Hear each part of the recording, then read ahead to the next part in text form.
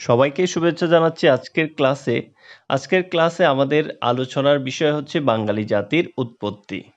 বাঙালি জাতিকে বলা হয় সংকর জাতি, কারণ বিভিন্ন জাতির মিশ্রণে বাঙালি জাতির উৎপত্তি হয়েছে।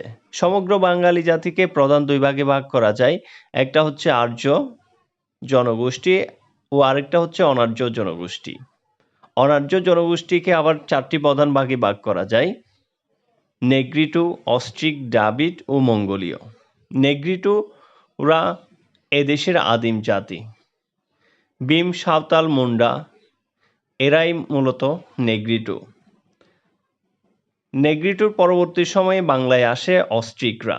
অস্ট্রিকদের নিষাদ জাতি বলা হয়। এরা আসাম হয়ে বাংলায় প্রবেশ করে। অস্ট্রিক থেকে বাঙালি জাতির প্রধান অংশ গড়ে ওঠে। অস্ট্রিক জাতির পরে দ্রাবিড়রা দক্ষিণ ভারত থেকে বাংলায় প্রবেশ করে।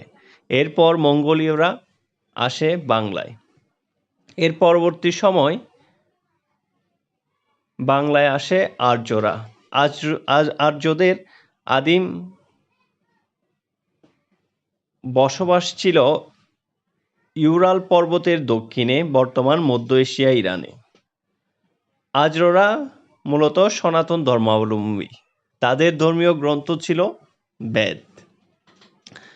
আমরা আজকে বাঙালি জাতির উৎপত্তির আলোচনা থেকে জানতে পারলাম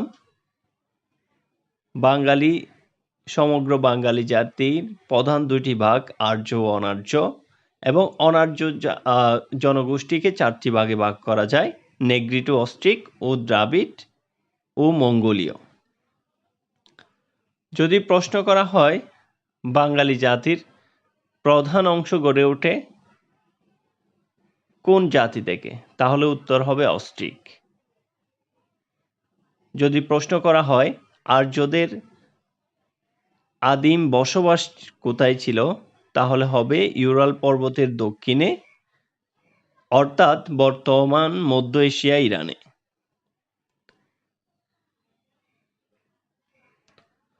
প্রশ্ন হতে পারে আর্যদের ধর্মীয় গ্রন্থের নাম কি? উত্তর হবে বেদ। আমাদের আজকের আলোচনা এখানেই শেষ। ধন্যবাদ সবাইকে।